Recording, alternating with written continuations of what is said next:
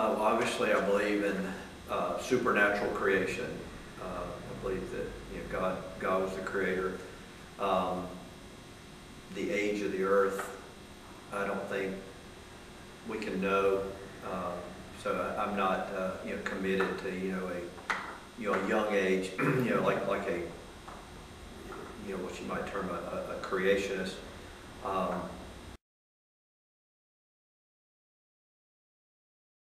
Don't use creationism and intelligent design synonymously. In my opinion, a creationist would be the 6 24-hour days, yet very young age of the earth, no kind of evolution at all. Just that's it. Get with the program, or you're just probably not a Christian. If you are, you're not a very good one. So that's creationist. But intelligent design would be just be a minimal commitment to theism, that there's a God, a supreme being, something above and beyond, transcendent to humanity.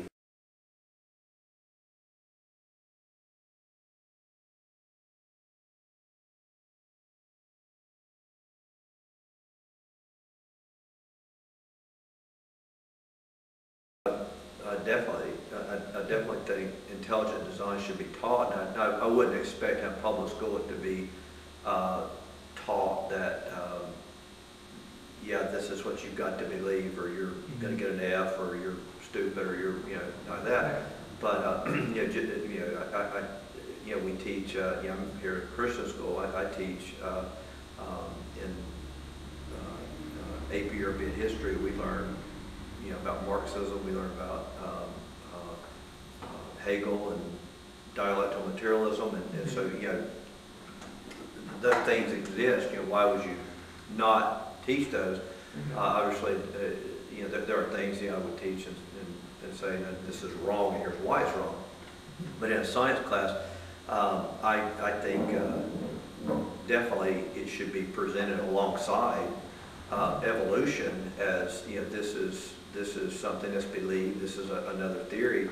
And I definitely don't think it should be just dismissed, like it often is in public schools and state colleges. This is something I can ramble on and on about, so I've actually prepared a sentence for you. To claim the teaching ID separates the church and state thing, it creates a problem, because you're reducing the word church, or you're interpreting the word church as simply acknowledgement of a supreme being. So to for example, Ben Stein, who's a Jew, put out the No Intelligence Allowed. Well, clearly he doesn't accept the Christian New Testament. Clearly he's out there promoting Christianity. You could be any religion, just a mere acknowledgement of some kind of supreme being or beings is all that would be required to then extrapolate, and whatever that was caused this to happen. So theism, just simply acknowledging there's a God, is not a religion, it's a theological belief. Atheism. And that's okay for the schools. Because atheism is also a theological belief. Atheism is a theological belief that there's no God. So rejecting ID is by default promoting atheism, which is a theological belief. Embracing, or at least allowing ID to be taught, at the very least, is just promoting theism. So you're not promoting a church, you're not promoting a denomination, you're not promoting any religion. You're just giving kids a choice between either, yes, there's theistic people that believe there's some kind of supreme being that did it, and there's atheism. So they're on an equal ground. The people opposed to intelligent design love to put the creationist label, because they would say, well, if we allow that, it's a slippery slope, but they'll be reading Genesis chapter 1 in biology class. And that's ridiculous. But you would separate the two, and certainly you would suggest teaching intelligent design in the classroom, but not at all creationism. No, not in a public school classroom. And because that would be promoting Christianity.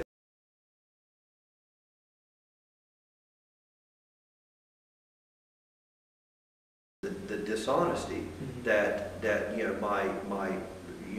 a university where allegedly you're supposed to be able to just unbridle your mind and think.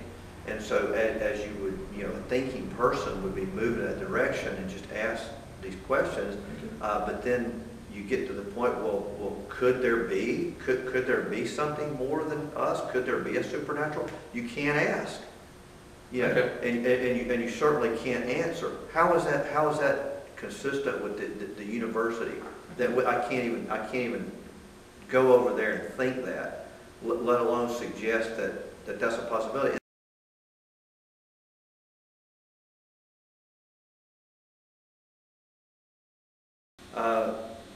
And again, I like to say naturalistic evolutionists, as opposed to just theistic evolutionists. And I guess I would say the theory in general.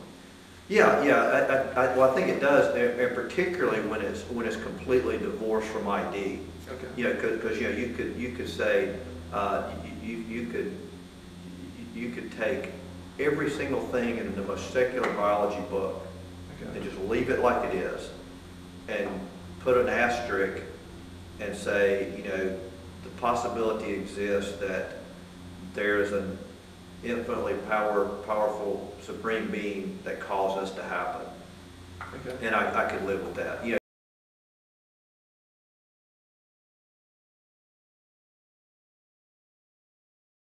I guess to an extent, and kind of going back to, for example, I don't think Darwin would have condoned Nazi Germany and the Holocaust, but Darwinism, particularly social Darwinism, the idea of survival of the fittest, that was a natural step towards the justification of the final solution that involved killing 6 million, quote, useless eaters. You couldn't have got to a point like that without first really buying into the idea of there's no creator, everything's just evolving, some things aren't fit to survive. So should that be a reason for not teaching evolution? No, I don't think that. I mean clearly, again, even if everything in Darwin's book gets debunked, you can't just dismiss it and revise history like it never happened. And then too, there's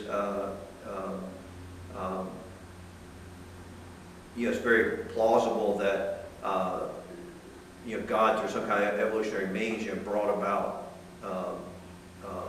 humanity and everything in it.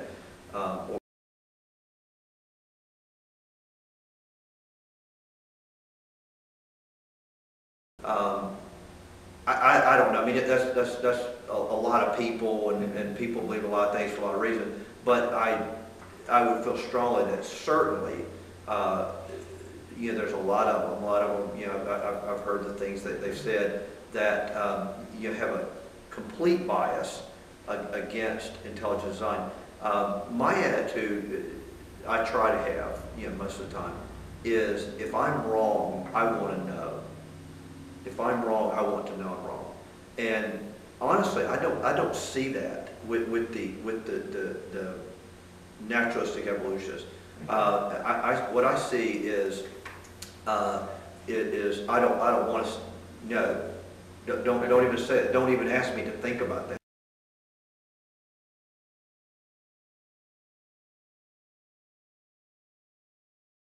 But I do believe from honest, open-minded people that that I hear that as we learn more and more about science, I would think that in the next 100 years, the idea of irreducible complexity, what we know now about an atom compared to what we knew 100 years ago.